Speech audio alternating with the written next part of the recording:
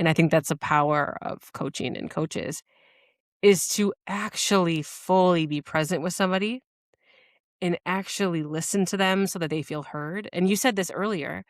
When people are stressed out, when people are overwhelmed, we are going through a hard time, which is most of us on most days these Mhm. days. We don't want someone to fix it for us. We don't want advice. We just want to actually feel heard. And that comes down to how you listen, not just being there, but how you actually listen. Yeah, I think it's how you listen. I remember after doing one of these coach trainings, going back to the office and having someone come put time on my calendar, say, I want to talk to you about a problem. The part that I'll never forget is that they said, I just wanted to feel heard. And I was like, oh my God, this Oh my God, works. it works. Yes, it works. Life's too short for bad coffee or bad leadership. I'm Lindsay Yellin, executive leadership coach, coffee enthusiast, and former ad VP turned believer in leading from a place of possibility. On Unfiltered Leadership, we skip the buzzwords and dig into the messy, human, and powerful side of leadership with real conversations and practical takeaways. Now grab your mug. Let's dive in. Caitlin, welcome to Unfiltered Leadership. I am so excited that you're here. Thank you so much for having me. I can't believe I'm here. How are you doing? How is your day going? I think we're recording this on a Monday. How is your Monday, Monday? end of day, pretty good Monday. Better now that I'm here with you. Well, thank you. And I got to know, what's in your mug today? What mug did you bring to get Yes. unfiltered? So excited to talk about this. I brought a special custom mug that I had made by Your Girl Ham Council. I believe you introduced me to this artist. And this is custom, 2 of 2. So it has a fun little leopard print lobster. I gave one for me, one for my best friend. And inside my cup is a raspberry herbal tea because it is 5 p.m. Central. So I know that our conversation is going to be fierce because I brought my cheetah mug, also by Brit Ham Council. It is my staple signature mug. And I usually use it on Mondays because we Cool. all need a little extra oomph and pep and power. Um, And there are no such thing as coincidences, I now Mhm. believe. So us both bringing our cheetah mugs is pretty badass. And I do need to just pause for a moment to say something cool story. Caitlin and our friend Zoe reached out to Britt for my wedding and got 2 custom mugs made based on our invites and with our wedding information, our date and anything and everything. And that was a gift from you guys. And I use them every anniversary, always use them. And it It was was like the such a most good thoughtful gift gift. ever. Such a Not great gift. not shooting my own horn, but I don't know. She was making these. And so now not only does this make me think of like my best friend, but I also always think of you because I have a couple of her mugs as well. Yeah, So that was like she's a brilliant. pretty cool. Ham Council, everyone, look her up, buy her pottery. She's incredible. Her work is great. Um, so speaking of thinking of each other and our friendship, Mhm. I just want listeners to know that Kate and I have been friends for, I think it's been like 7 years now. We met in 2019, right? Yep. We Yep. met through Coactive Training Institute, through our coach training. But what's pretty awesome is Caitlin and I were drawn to each other, especially because we were coming from the same industry. So Caitlin is like an HR exec badass from the advertising and marketing sphere and industry. And of course, when I was going through my coach training, I was also still in advertising. And so we immediately kind of gravitated and found, whoa, we're in the same circles. This is wild. Yeah. And have become very good friends ever since. So I really want to dig into that a lot today, Kate, like around coaching, the power of coaching in leadership, what coaching skills are most useful, especially right now in this moment. But first, before we get into that, can you talk a little bit just about your story and what got you inspired to do like the CTI coach training in the first place? Yeah. So I was working at a pretty large creative advertising agency at the time. So 2019, very much in like an HR generalist, director role. But we were part of a pretty large network. So I also was able to get my hands into the L&D team. I was one of the few HR leaders in Chicago. So it was a really nice position to be in. And right around that time, we were exploring new trainings. And originally it wasn't coactive. There was another training module that we were getting trained on, but they had a coach portion of it. And the idea that sometimes all people wanted to do or wanted from you was just for you to listen was such a light bulb. And just listening, doing like a intro of a training model, I was really struck by the coaching aspect, and it really resonated because I felt like it was something that would only help me in my role. And a lot of us in the L&D space started talking more about coaching. There was someone else on the team who did coactive, which was how I found it. And there just happened to be an upcoming session, and I was able to get it approved through work for tuition reimbursement. So that's initially how I found it. So it was a little bit of like a curiosity, something that I thought would just be another tool in my like HR toolbox. And then it was like life changing. So talk about that. What Yeah. was life-changing beyond the fact that we got to meet and end up going Well, through the that whole was thing obviously together? the highlight.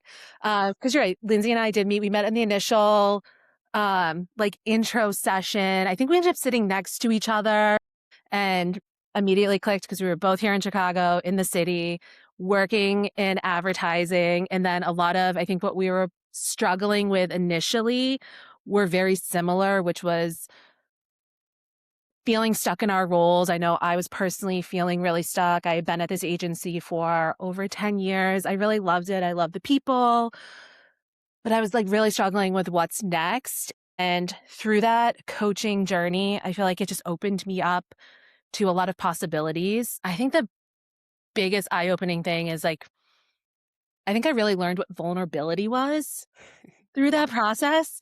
Um, I think so many times, like, people just think like, "Oh, vulnerability is like, you just cry or like you have whatever." And I think it is so much more than that. And it's a lot of the ways that you think and you allow yourself to open up. I know we're gonna talk about possibilities, but open up to a lot of possibilities. And I was really stuck feeling angry at the situation I was in at work, with my manager, feeling like I wasn't being given opportunities when ultimately I'm the one who had to create the opportunities that I wanted. And I was at this real pivotal point when we were doing that training because I really did want another job, but I felt so tied to the job that I had. And felt so much that my identity and how good I was at my job could only exist in that sphere, in that role.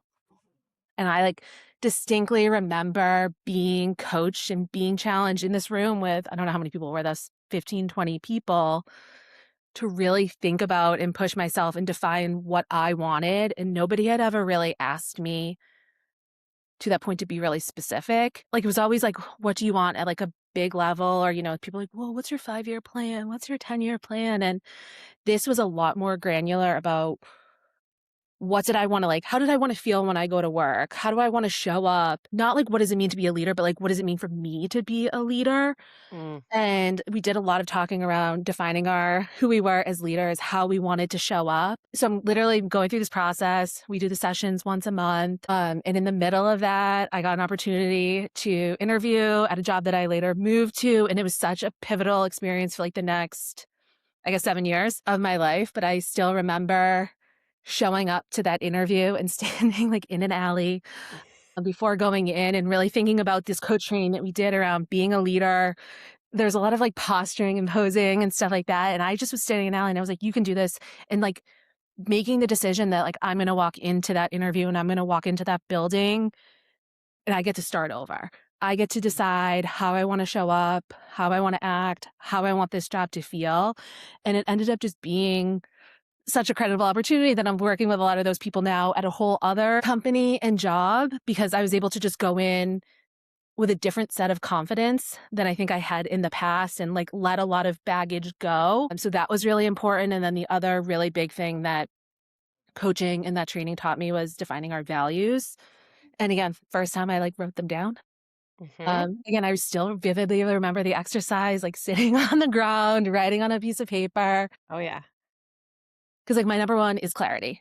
And like that's when I kept coming back to. And that's when I realized the thing that I was missing the most out of Mm. the manager that I had was clarity. Like we were not on the same page. We were not clear. They were very withholding. And I was like, I don't want to be that person. And I also don't want to work for people who are going to put me in a role where I'm meant to have answers and access and be able to guide and lead, but then put walls up all around. Yep. And I know how I want people to show up in conversations with me, so, like, really trying to live that through, but remembering what that felt like when it was taken away, and then on the converse, like, remembering what it felt like when I moved into this new situation and was like, "Oh, you can work with people who will actually tell you what's going on, like, this is incredible." Oh, wow, people can honor my values, so I can Yeah, find a place that does that. What I'm hearing you say well, first off, like, hearing you just reiterate your values of clarity and transparency, it's like, "Oh, yeah, duh, like, that's Caitlin." You live in them so fully. thank you. Um, and it was a very similar experience for me, which was, like, you had said this, it was like no one had ever asked me in that way of, like, what I wanted versus just, like, what path I thought I should take, and it felt like stepping into the world of coaching, being coached, as well as learning the power of coaching and how to do it for other people was I felt like I was meeting myself for the first time. Yeah, I wasn't just drifting through life based on other people's expectations and shoulds and, ideas of what is right. I was able to find the conviction and the agency to decide what was right for me and realize my role um, in what was going on, where I had control, where I didn't. A lot of that came from naming values, mhm, understanding what it means to actually have a purpose and how to live in it, um, getting behind and starting to identify saboteurs and thoughts and separating yourself from that self doubt and self mhm, judgment and criticism. A lot of those tools, it was like, oh, I see now. We actually can lead ourselves. And yeah, that changes the way we're able to lead our careers and to lead others. yeah.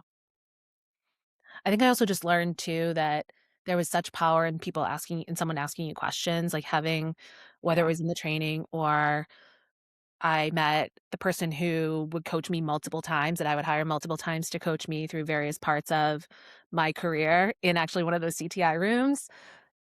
It was just so powerful having somebody just relay back the thing that you say, hearing the things, the words, the thoughts that are coming out of your mouth, and then really pushing you to get more clear has been so helpful. And I love being coached. And I love talking to coaches, particularly obviously within that CTI model, just because it's now something that I know really well. But I think that there's just such power in having that relationship. And maybe the biggest thing that I still use like almost every day is the what else, is the question, what else? I think about that one all the time. I mean, I wanna even back up for a second Yeah. because you're talking about the asking the questions, which in CTI and training, they teach us it's called powerful questions or PQs. And when we're talking about that, we're not talking about any questions because not all questions are equal. And I think actually just was talking about this on something else for the podcast that like I think in leadership in life, we think we're being curious but we're not. It's kind of a false curiosity. We're working off of assumptions.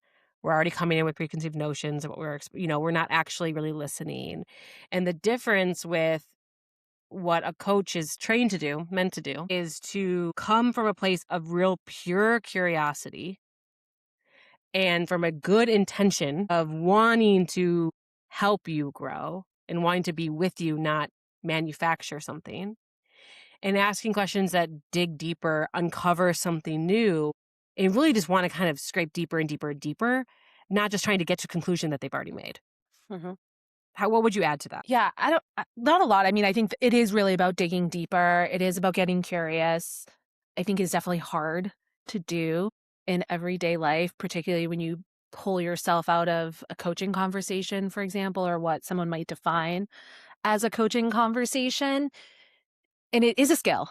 It is a skill. Like digging deeper is a skill because oftentimes I will be in large conversations and hear people ask follow-up questions and they're so surface level, you weren't listening, you weren't paying attention, and there is, to your point, like, there's such power in going a little bit deeper, and sometimes, like, the most powerful question you can ask is just those 2 words, is the "what else?" or even just being quiet.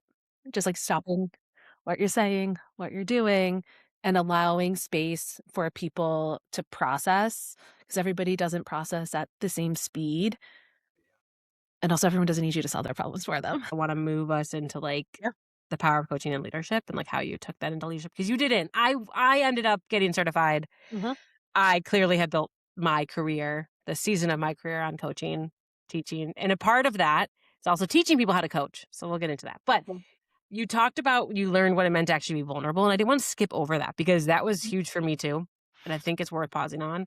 Yeah. And I remember, you will probably remember, but I got pulled to get coached in front of the room in the first session ever. Right. And I thought I knew what it was to be vulnerable because I was somebody who was fine having hard conversations. I was somebody who could really connect emotionally with people. Like I figured I was somebody who was all bought into Brene Brown. Like I totally was fine with vulnerability. But that wasn't actually real my like vulnerability for me. And that's actually something that Brene Brown talks about, but it's like not all vulnerability is created equal. What is vulnerable for you is not going to be vulnerable for me. I could sit here and talk all day about something very personal, for example, and to you that could feel extremely vulnerable. But for me, it's kind of false. It's like that's actually not vulnerable for me. It's comfortable for me to do that, but to others, it can be perceived that way. But Mhm. actually, what's vulnerable for me is to be in a conversation and not talk and not, whatever it could be. Like it could be very different. So getting pulled in front of that room, I remember I was being coached about. I had a manager that was going through a tough time. There was like this whole situation there. And I was frustrated. And I think I was feeling underappreciated, undersupported, and whatever. But the way she had coached Susan, became my coach, masterful, master coach, had me crying in the front of the room. Mhm. That is one of the most vulnerable things that has ever happened to me. And that could be is showing that type of emotion. And that is, people say, oh, vulnerability is crying. For Yeah. me, it actually really is to Yeah. show, quote unquote, what I perceived as like weakness, but isn't. Really was. And it was like this mirror being held up of like, you think you're a vulnerable leader? You think you know how to get vulnerable? You don't. This is what it means to get vulnerable, is to scratch the surface of these things. And that was incredibly powerful for me. What does vulnerability mean to you now, especially in leadership?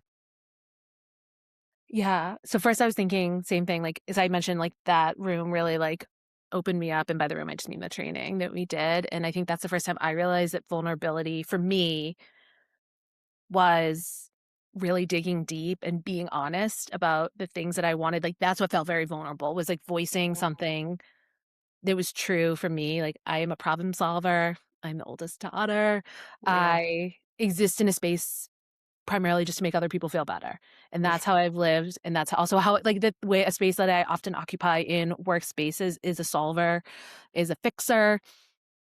What was your purpose statement? The captain? The anchor. The anchor. I knew it. The Yeah. anchor, keeping everything steady in the Yeah, storm. and that in of itself actually, that funny, I didn't remember that.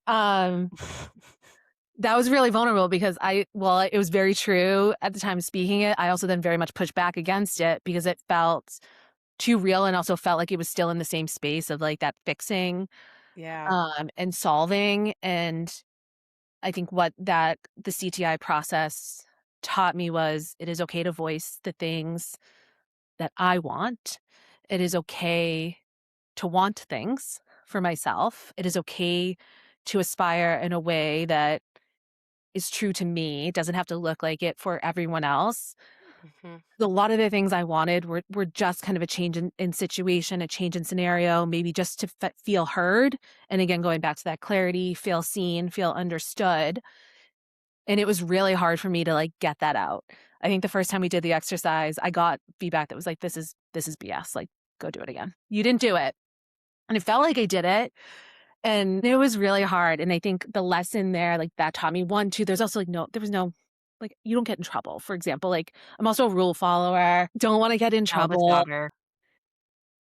suffering perfectionist, etcetera. And in leadership, moving on, like, you go through that and you realize, like, I can actually make this happen. I can say it out loud, and people are receptive to it. Nobody was criticizing it. Nobody was putting it down, and actually people helped me move forward. People were like, "Oh, you wanna get a new job?" Like, "Oh, you want these things?" Like, I might know X, Y, and Z, or Totally. talking about, "Here's how you could prep for that interview that you're going on." And that was a really special moment, and then I think so I got a new job during that process, and I think one of the first places where it felt really vulnerable, but also really powerful at the same time, so I think those 2 things can truly go hand in hand, is that I started this new job, and anybody who started a new job, like, you're feeling your team out, you're feeling your boss out. We all need to get to know each other, how we communicate.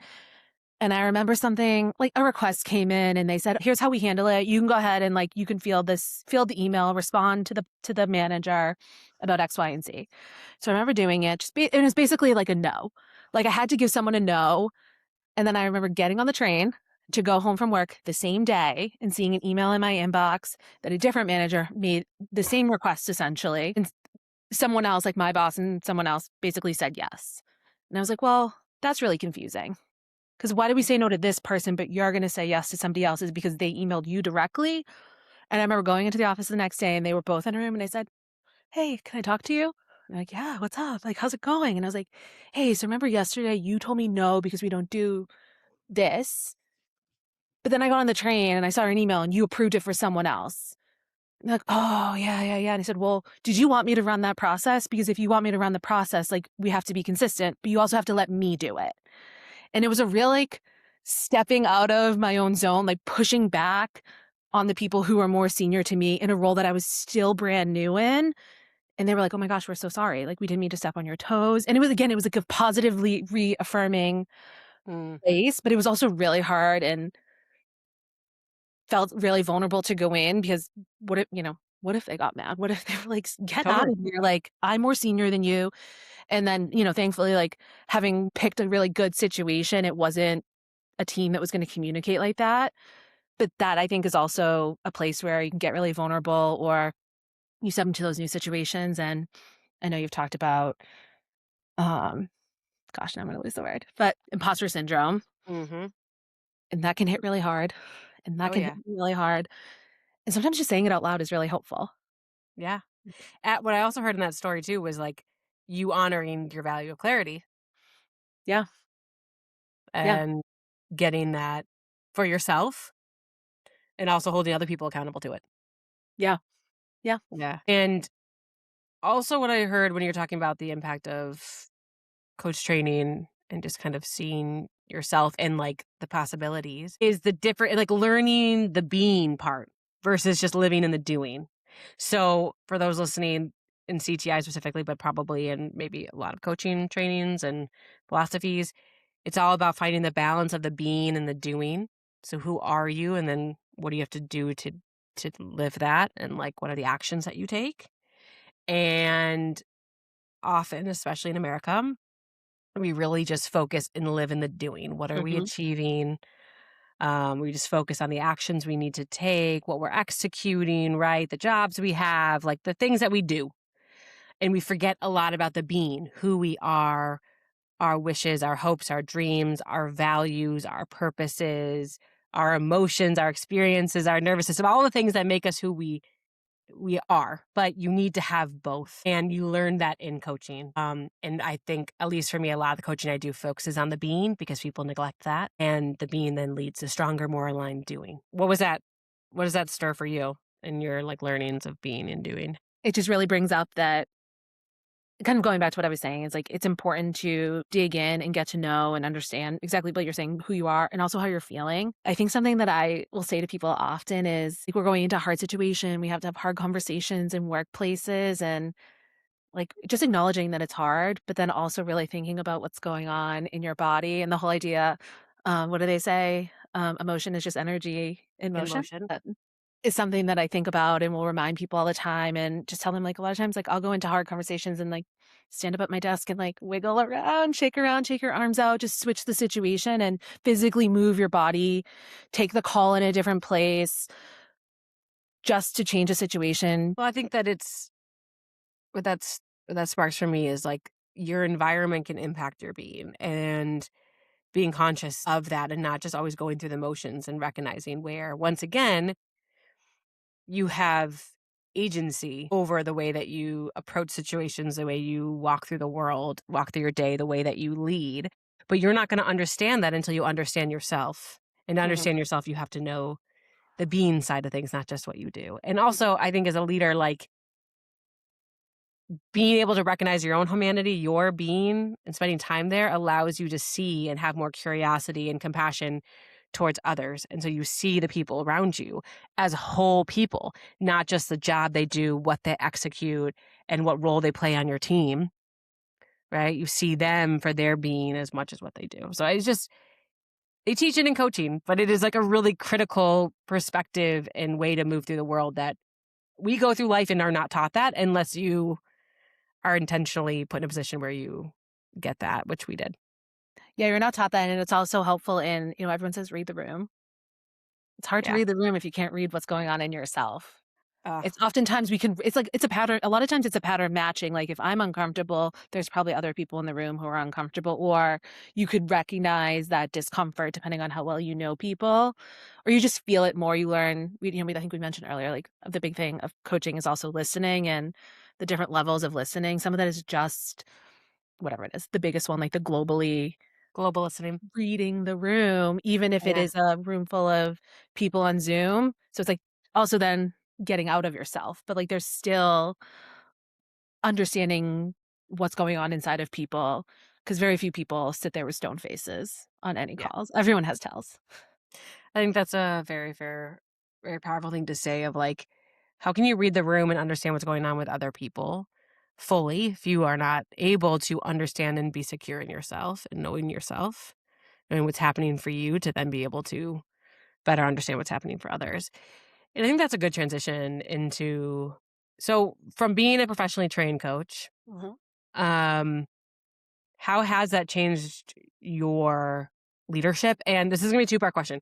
How has that changed and influenced you as a leader? And also, if you had to define what it means to coach as a leader or be like a coach approach type of leader, what does that mean to you? I think they're probably both answers are maybe one in the same. I think the biggest thing it taught me was, and the biggest thing that I went into it thinking, ooh, this could make me better at my job is around listening and asking questions and really getting out of the mindset that as leaders or as managers, we have to solve everyone's problem, that someone's coming to us with a problem or challenge, that we have to be the one to solve it, but also have the answer. Yeah. The most powerful thing is just guiding people along the way, giving feedback, but then also challenging them to go ahead and take another shot at it, do another draft. Yeah.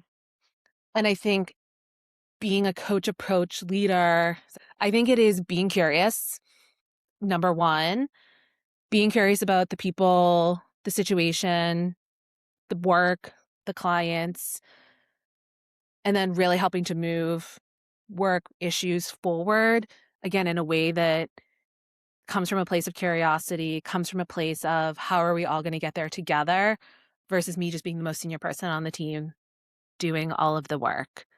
And a lot of times I see that in feedback that I get from teams because we have a 360 review process. So I see a lot of upward feedback. We also do engagement surveys, and it's really interesting to see the teams that have the highest manager scores because a lot of the questions we ask around my manager cares about my general well-being. My manager Hmm. gives me feedback. Um, they're open, they let me know updates, etc. And just knowing those managers as humans, as colleagues, as teammates, you really get to understand who are the people who are not just in there blocking and tackling, but taking the time to get to know, to your point earlier, the whole being. Exactly. Like, but the way to get there is through that curiosity, Yeah. but also like using curiosity as a means for deeper connection. And I think that's often what is missed. Like, I think people approach maybe even curiosity, but approach conversations with a means to get the job done versus as a means to connect with this person, to figure out what they need or how I can support them or how I can unlock the potential and growth in this moment to, of course, get the job done, but ultimately to better serve this person, Mhm. this person on my team that is a whole being that I have the opportunity to support and unlock potential in. And I like to think of it too as like not every moment is meant to be a coaching moment because that's not realistic. There are times when you have to jump in. And like for basic terms, I think of coaching as like you said before, not one easy way to think about it is you're there to coach to not to solve, not to fix, but Mhm. to get curious and help them learn for themselves, right? It's like a very Yep. simple way to think about it. But you can't do that all the time because sometimes you need to jump in, you need to solve the problem, you need to put out the fire, you need to, you know, give really strong, firm direction. Like there's points in that. But what I think leaders miss, and tell me what you see, is that their default is solving the problem, fixing it myself, like you experienced. We all have experienced that. Just telling them what to do, being frustrated, and missing a moment of, oh, tell me what inspired you to do it this way. What do you think we should do? What's getting in the way here? How can I support you? Right? Asking the bigger questions, which can lead to something deeper for that person. Mhm. And so, what I try to talk about with leaders is like, it's not that you need to be this perfect coach all the time. That's not possible, nor is that the goal. Instead, how are you just more intentional and aware of how to leverage specific skills and a mindset and behavior in the moments that matter to be more coach like with people, to build more meaningful connection, understand them better, and in turn, ignite more growth and potential? I think sometimes what people miss too is like the larger picture. And I think it's on both ends, whether you're the leader or you're the person on the other end of the conversation, Yeah. who's looking to grow in their career. I find so often managers or leaders don't know what people on their team aspire to do, but also the people who need to be the ones aspiring to do the things don't know or haven't figured it out, but there's an expectation that their leader is going to figure it out for them.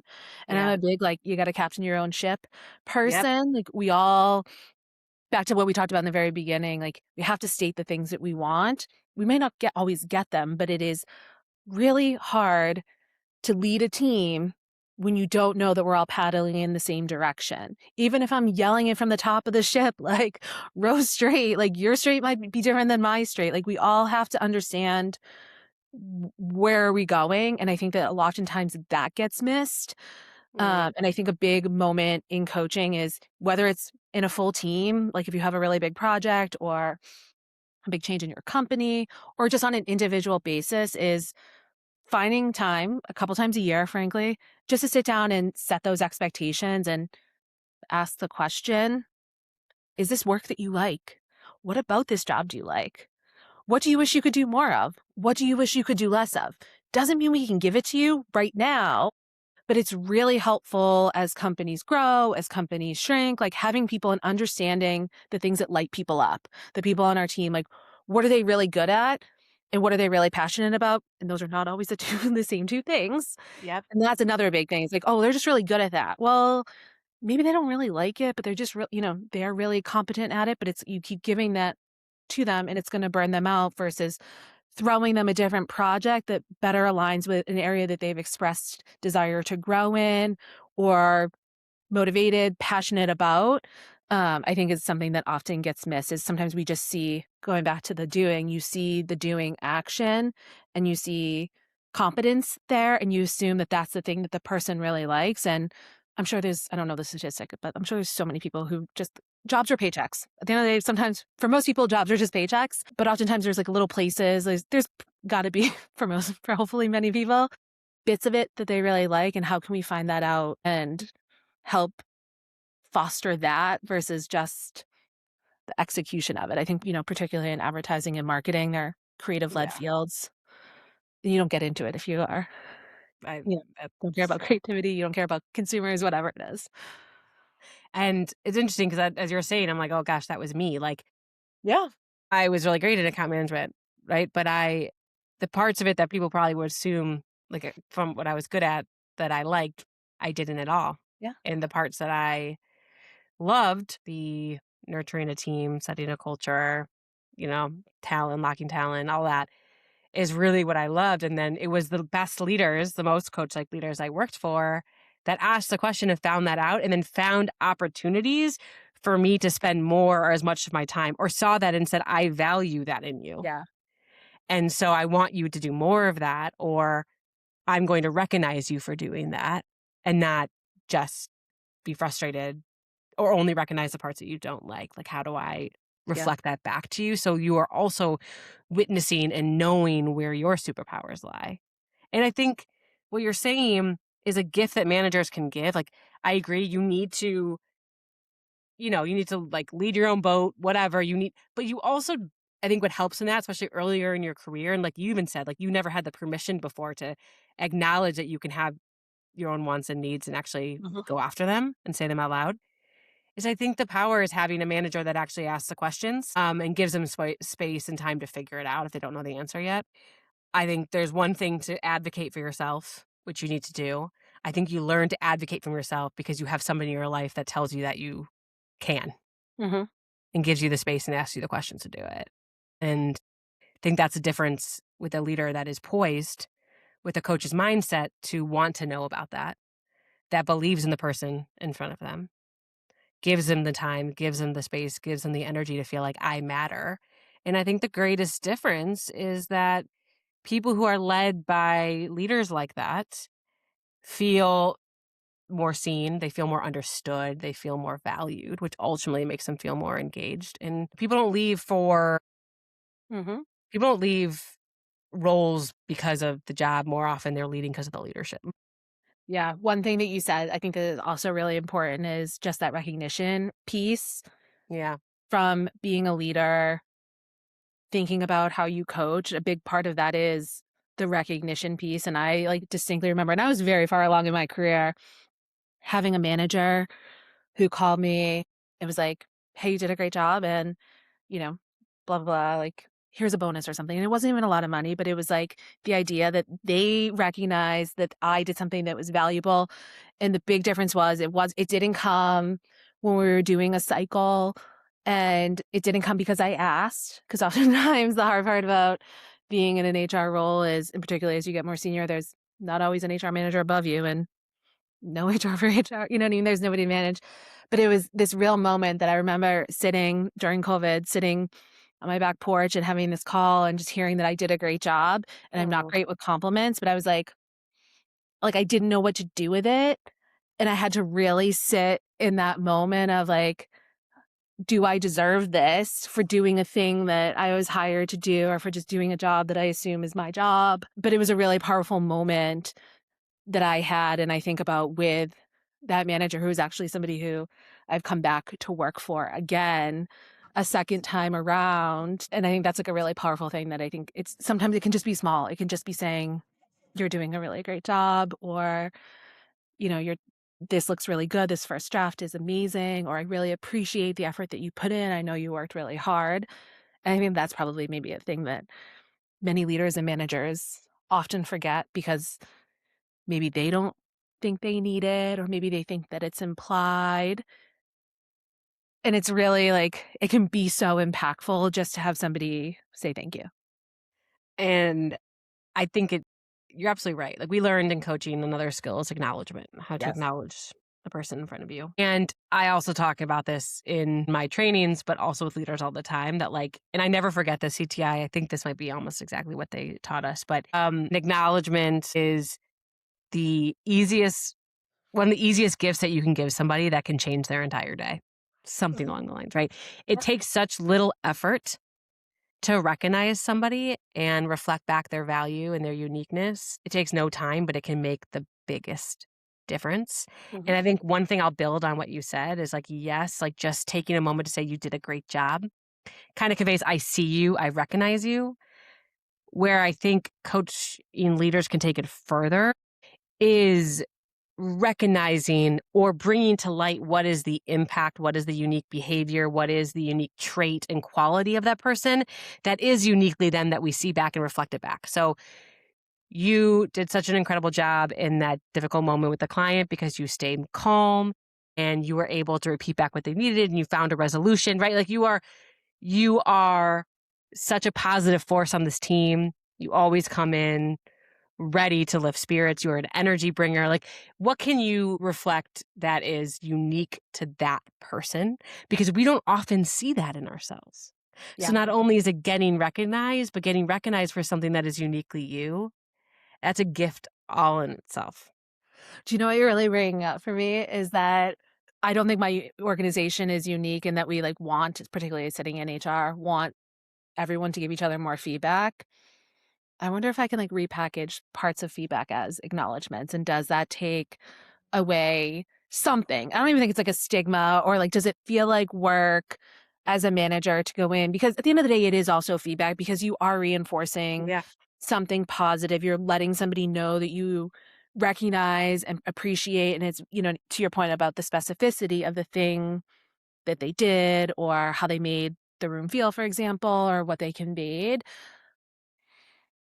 So I encourage you to explore that. So Okay. I did there's something I did in my last like few teams that I worked on before transitioning into coaching full time. And I would lead these monthly, sometimes at one point it was weekly meetings to like reset the culture, bring people together. Like we really, really needed it. Started first as like, let's get in the room, let's make sure everyone's aligned. We have this big client, ton of shit's going on. We're all over the place. Okay. Then it kind of started to morph from like statusy to like team building and little segments were born. Then I go through coach training, I learn about acknowledgments. So I turned this kind of shout out idea into actual acknowledgments. And every week I would ask people to send me, do you have any shout outs, Mm. acknowledgments that you want to give to somebody? And at first it started with me doing it, right? Setting the example. By the end, the last client KitchenAid I was on before I left, I would get emails and emails. I would get pings 5 minutes before the meeting. Oh my God, I forgot to give you this acknowledgement. Can you add it? I would have slides after slide, and I would take the time to copy and paste every single one into the slides. People would not just hear it, they'd see their name, see who it was from. And I would say who's going to, who is from. And I would call on them if they're there to talk about it. Even if the person wasn't in the room, just share their acknowledgement so everybody could hear and celebrate what that person was doing. And I'll tell you, it became everybody's favorite part of the meeting. And it totally shifted the culture on the team because people did feel recognized. People got a chance to share, like, instead of just like a conversation that'd be like one to one became one to many, right? And people really valued it and it became something very special.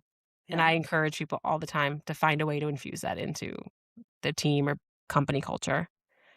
That feels genuine though. Yeah. We do shout outs if they're on Slack and they're great. They are fantastic. They Yeah. are great. I'm just thinking about this like constant push and pull of wanting leaders to recognize people on their team when they're doing great things, when they need to give constructive feedback. And so, I like, they're all hard. I think at the end, like, sometimes it's hard. For many people, it's very easy. For many people, it is very hard to do that. And maybe that's also them really tapping into themselves, like what makes it hard for you to give somebody Yep. positive feedback.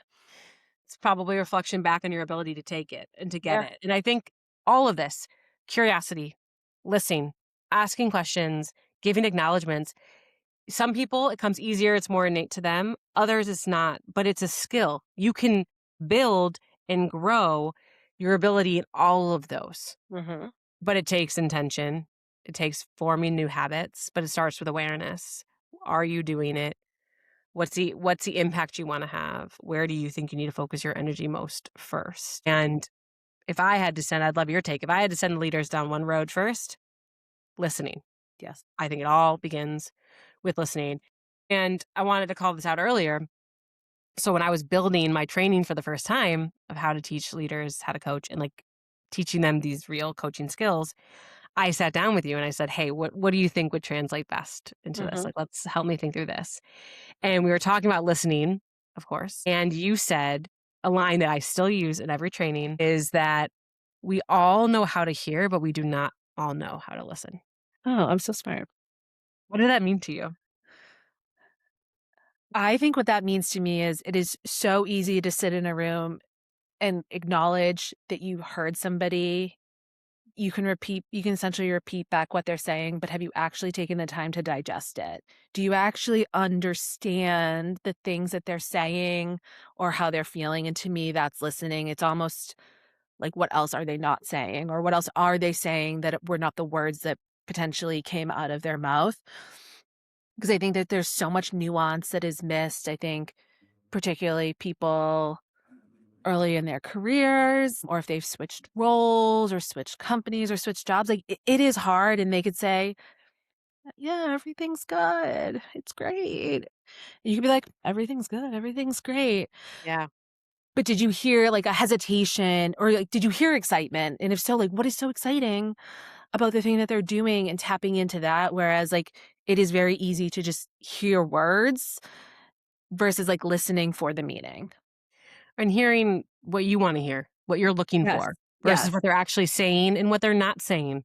What's their body telling you? What are the actions and what you're seeing around different than what they're saying to you that needs to be investigated a little bit further. And just the reality that we all know is that more often than not, we are listening to respond and we are thinking about, we are in that level one internal listening of what am I going to say back?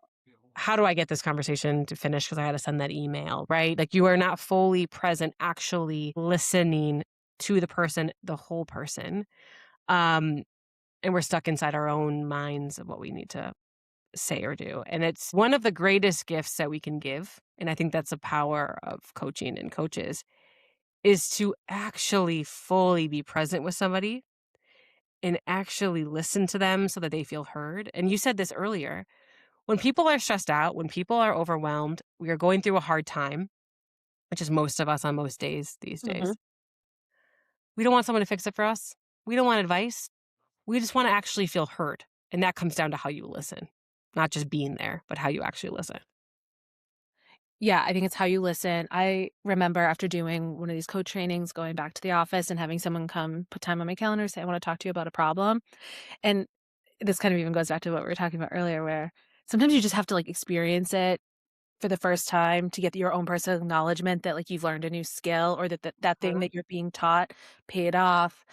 And I remember coming in, they started talking about their issue, and in my head, I was like, I don't know the answer. There's no way I'm gonna be able to solve that." And something said, "Just keep listening, just keep asking questions." And that's exactly what I did, and I think I might have just said, like, "Well, like, what does a resolve look like to you? Or what is it that you're looking to happen here?" So they could just tell me what they wanted versus me trying to assume, and it came down like, I forget, they sputtered off a few things, and then the part that I'll never forget is that they said, I just wanted to feel heard. And I was like, "Oh my god, this Oh my God, works." it works. Yes, it works. Like, it's again, I came from a place where I was always trying to solve, and it was like Yes. that very distinct memory of sitting back, knowing I could not solve it, Yeah. and just getting curious to dig in, and that's something that I've always taken with me, and I'm often so struck when I talk to other leaders when they come to me to talk through something or flag an issue, whatever it is, and then I ask a curiosity question, I ask a follow-up, assuming you must have asked the next question. I don't know. Like, we'll get back out there, hit the field, like, get back out there, ask a couple more questions, and then let's come back and talk about it. But it is not an obvious skill for so many people is to ask a little bit more, to ask a follow-up. Yeah. It isn't. It's so interesting though, right? Mhm. Because if we often are so hungry just to feel heard, why is it so hard for us to recognize that other people just want to be heard and just be in that? It's like, talk about vulnerability. It's a very vulnerable position to be in that leaned back. Mhm. Let me just ask questions. I don't need to prove anything to you. I'm here to be with you instead. It's actually very vulnerable, especially as a Yep. manager, a more senior position, as you think you're walking in with the assumptions, I should have the answers. I should be able to fix it. I should be able to help you, quote unquote. It takes a very sturdy, confident leader full of self-trust to believe like I am helping. I am doing the work I need to do by doing less and being with more. Yeah. I'll give you a good example. So I know the internet hates exit interviews that HR does. Um, but I do mine and I go into them and I say, I don't really have an agenda. I like to keep this loose. Tell me what you think worked well and like what's something we could have done differently. Like I ask barely any questions and then I just tap into my what else. I just like I just want you to give me a stream of consciousness about your experience at our company, what you liked, maybe what you didn't like, and maybe you only have things that you really appreciated and you liked, and I still want to hear that because that will make us better. I'm not looking necessarily for dirt. I'm not digging for some smoking gun. I just genuinely want to know how you felt working here. And if you don't have anything to tell me, that's fine. Then we don't need to stay on the phone for 30 minutes. But I give like a statement and then I ask a couple follow-ups and that's it. And I get a lot of really great information out there from those exit interviews about what managers are really good coaches, who is just setting up one-on meetings to go through task lists, who's really good at managing people's careers and helping them grow. Who felt like they stated the things they wanted and then just were ignored? How people perceive our leadership team, how they perceive the CEO, how they perceive messaging, how that messaging resonates with them. I'm not asking any of those questions directly. but yet you get all the answers. Yeah. And I think there's something that you just sparked that we haven't touched on yet. And I think a big difference in those situations and like when you're in a place of listening, asking questions, true curiosity, showing up, like what I think is required of coaches to do that is you have to really, really drop the ego. Yes. And you can't have ego. Like in coaching, we are taught you cannot be attached to an outcome. You cannot try to be leading your client anywhere. You cannot, once, as we talked about, try to fix anything. Like that is not your job. You're not coaching at that point.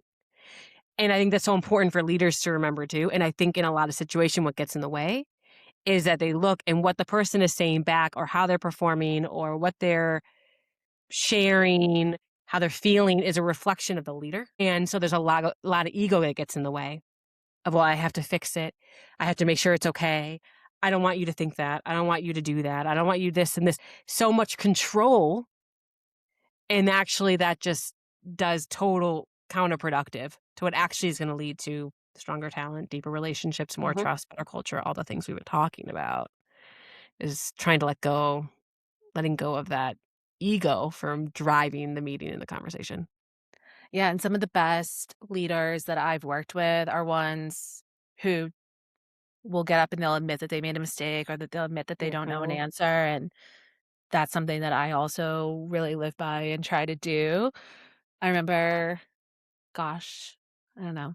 It was that job that after that I got while we were doing coach training is early on in my tenure there. It was just like a throwaway piece of feedback that I think someone gave me that has really stuck with me, which was like, "I really like that you admit that you don't know things."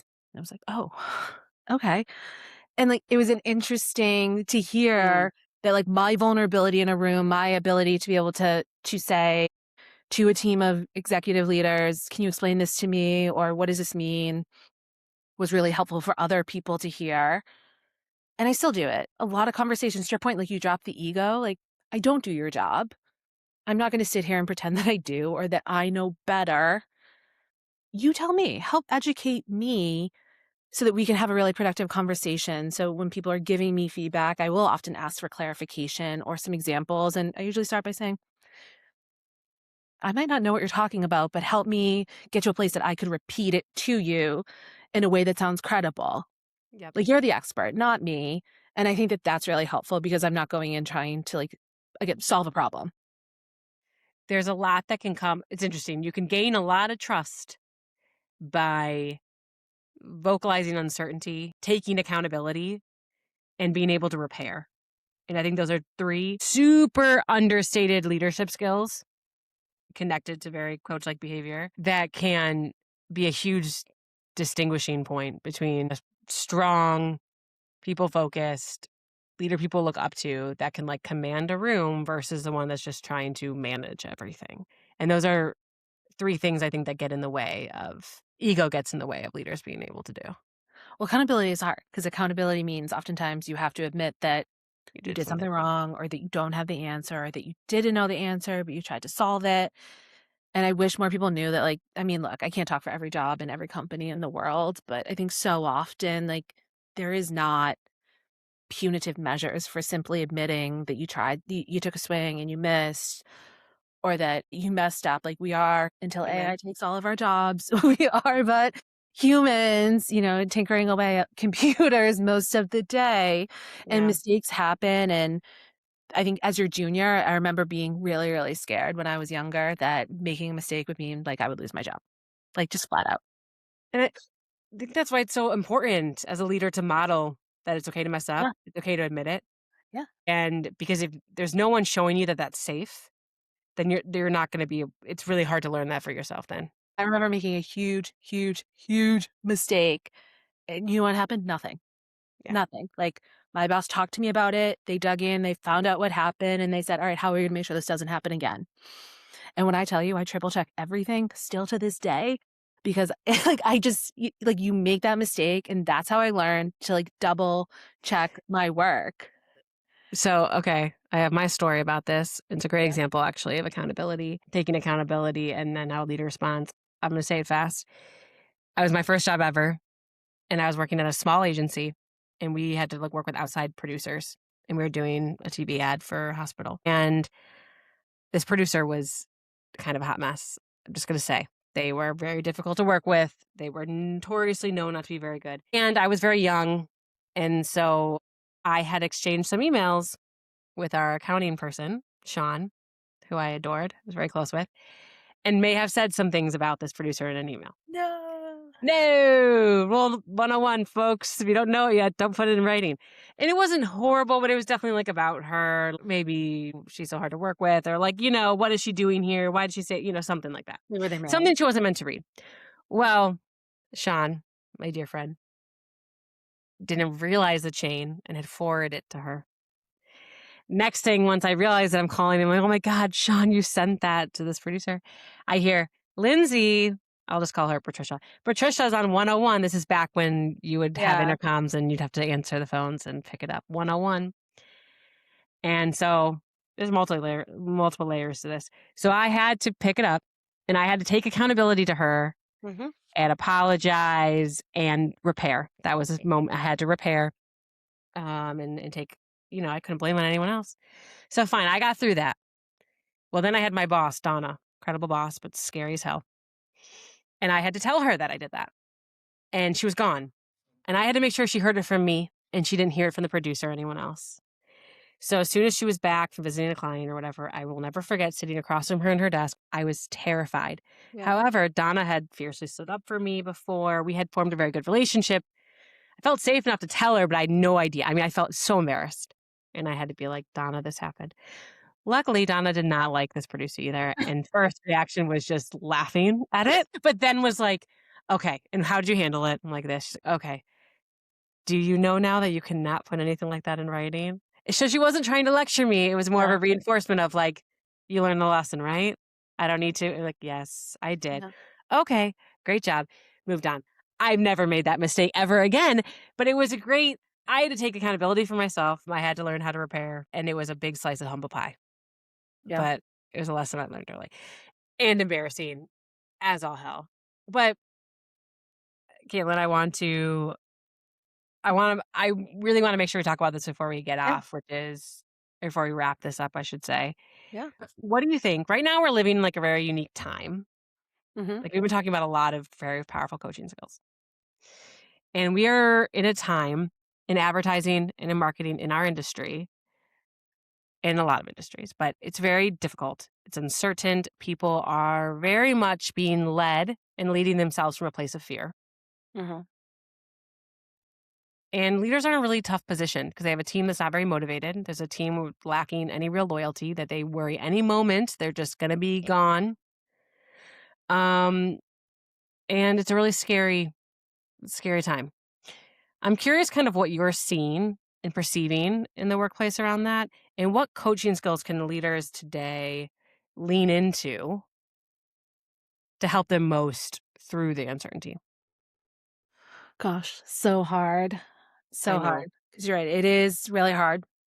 It is hard out there. Marketing and advertising is one of those that is often seen as superfluous, like your budgets go down. This is not maybe something that as a marketers that those clients, those companies, they need. It gets chopped off of budgets very easily.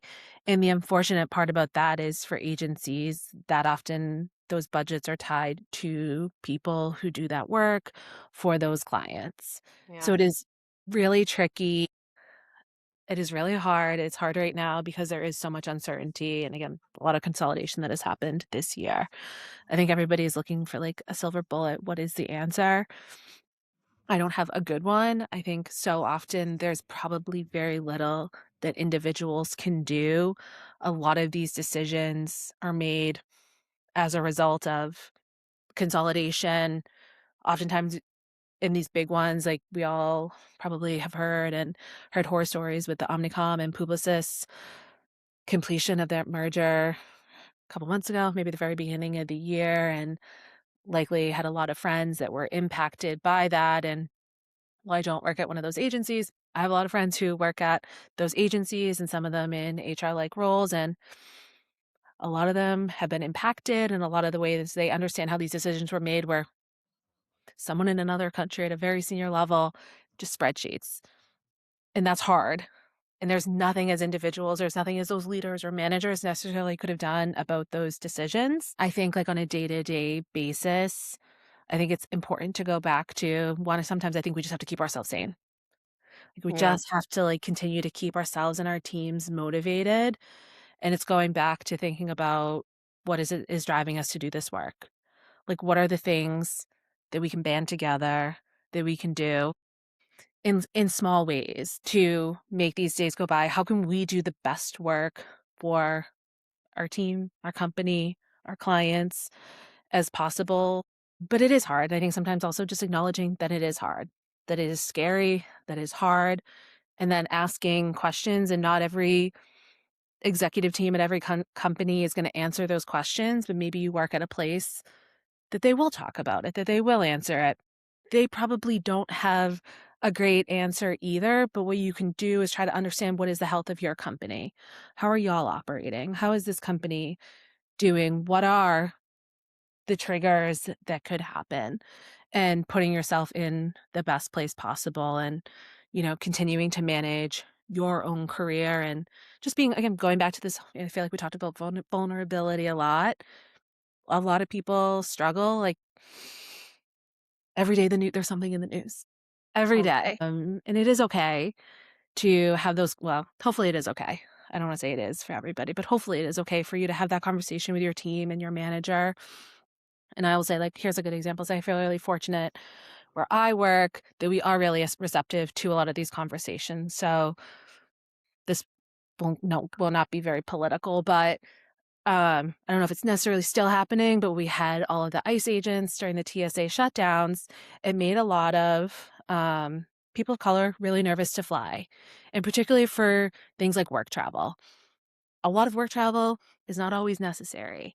Depending on your level, it might have been, but for us at the time, we were fortunate that during that period where there was a lot of presence in airports, we didn't necessarily have a lot of productions, for example, going on or the need for a lot of people to travel. But a couple of employees reached out to me and said, "Do we have do we have a stance as a company? I don't necessarily have anything coming up, but I may have team members that do, and we as people of color, like, feel really uncertain and nervous." And we said, "Just talk to your manager." Like, not in a flippant way, but in a way that we want you, and our CEO said this to our whole company, is like, "We want you to be able to have an open conversation about how you're feeling with your leader so that we can figure this out with you." So that there's oftentimes another workaround. Maybe there's a different team member who doesn't have the same fears or maybe lives closer and they could just get in their car to go to whatever the travel may need to be. And then it actually came up in a situation where we had hired somebody new. We asked them to come to Chicago and they said, "Hey, do I have to come? Because like I'm pretty nervous." And we said, "You don't. You don't. Mhm. Mhm. Like your safety, your mental well-being around work comes like that is really important to us. And if it was business critical, we would say so and then figure out how we manage that in a way that works for both sides. But a lot of it again wasn't mission critical to anything. And what we wanted to do was express to individuals that you just needed to say something. You needed to Yeah. go, let's figure this out. If the request comes through, it's not something you're comfortable with. We don't want you to be uncomfortable with work. Like we're not saving the world. It's marketing, so let's figure it out. And that was really well received. And that's one of those things that I feel really privileged to have really great leaders that I work with who are willing to stand in front of a company of 170 people and say, "Yeah, this is happening. We all can read the news. These things are happening. If you are uncomfortable, nobody's going to make you do something that you're uncomfortable with." And I think you're hitting on something, and I know we've talked about this before, just the power and the importance of being in transparency. And I think Yeah, that's something that people really are hungry for during times of uncertainty. And I think what gets in a lot of leaders' way, company leaders, is that they're afraid of being transparent. One, yeah, 'cause they don't know how people are going to react. There's truth to that. I get it. But also, they feel like they don't have much to say or they don't have the answer, especially like leaders managing a team that are not at the top. They can't control what they're getting from above. right. But yeah, their team is asking them. And I talk to leaders all the time. They're like, I feel like I'm put in such a hard position. I don't have the answers. I don't know what to do. I don't know what to say. Have you witnessed any like best in class ways of managing transparency in those situations? I think within companies, I think it's important to understand how like, what transparency looks like for your company. I think number 1, that's really important. What transparency looks like where I work is likely different what transparency looks like at the company that is across the street from us. Like, Yeah. it is a spectrum. I think this if you understand how far or how transparent, for example, your company is willing to go, you can dig for that information from those leaders to be able to go in, step in front of your team, and be able to give those answers. Sometimes it is okay to just say, though, that you don't have the answer. It's also okay to tell them that you will ask the question. You may not get the answer, but you're willing as a leader to go out on a limb and maybe ask a hard question of senior or executive leadership. Sometimes it's just a question. Like, I don't want people to not ask questions, like, particularly in my company, but it's hard. I don't know that there is, like, a best in practice because it is just very much not a universal thing. Like, there's probably companies that tell you absolutely nothing, and all decisions are made by one person. So it is impossible to figure out what tomorrow is gonna look like. But if you understand that, you can then manage yourself and you can manage your team as opposed to living in a world of like, "Well, I don't know what it's gonna look like," or "I don't know what they're gonna say." Well, also, what Yeah. has history told you? And I think it goes back to a lot of what we talked about of just people wanting to feel heard. So it's Yeah. not about having the perfect answer. It's not about even having the perfect thing to say or knowing everything and having this, buttoned up conversation. It's just making sure that their questions that you are creating a space for them to ask the questions, Yeah. creating a space to say, I also find that really hard. I'm also wanting to know this. I also am frustrated in this situation so they don't feel alone. And then when I know something, you will know something. When I have an answer and I can Yeah. share it, I will. I think you told me a story Yes. around, yeah, is that one you can share? Yeah, this happened recently, so I won't take credit. They weren't my words, but we were having some conversations with leaders. Here's the thing, there's always something going on in an agency. There's always changes happening, clients coming in, contracts, etc., performance being managed. And our chief operating officer said, I want you all to know that there's nothing you don't know. There's nothing else happening that you are not aware of. So I Mhm. want you to be able to go to your teams with all of the information. And if you're hearing that maybe something else is going on or I heard something over here, they're rumors, they're gossip. You should feel free to ask questions. But what I'm telling you as like the person at the top, one of the people at the top is there's nothing else brewing. There's nothing else going Yes. on that as of this moment, you don't know about. And I think that was a really powerful statement that I think I actually told him I used later in the day in a different conversation with another leader of, hey, I know you have to have this conversation with your team about X, Y, and Z, but you have to relay some messages as leaders. Oftentimes you have a cascading message. It's really important for you to know that this is the message, that there's nothing else above it. There's nothing else going on that you are unaware of. I've given you all the information that we have. And I think that that also then allows them to present themselves in a place of confidence and certainty. Because so often I think leaders are being asked to relay messages that they don't fully understand or they don't Yeah. understand the context of, and that shows. And then they're going to get questions that they don't know how to answer. Whereas being able to go in and be able to confidently say, if you get questions, say, I've given you all the information I have. This is what I was told. I did ask questions. There's nothing else going on. Like, this is how it Yeah. is really powerful. There is something like there's a gift. If you can say it and mean it, right? A Yes. gift in saying, there's nothing that we know that you don't. Yeah.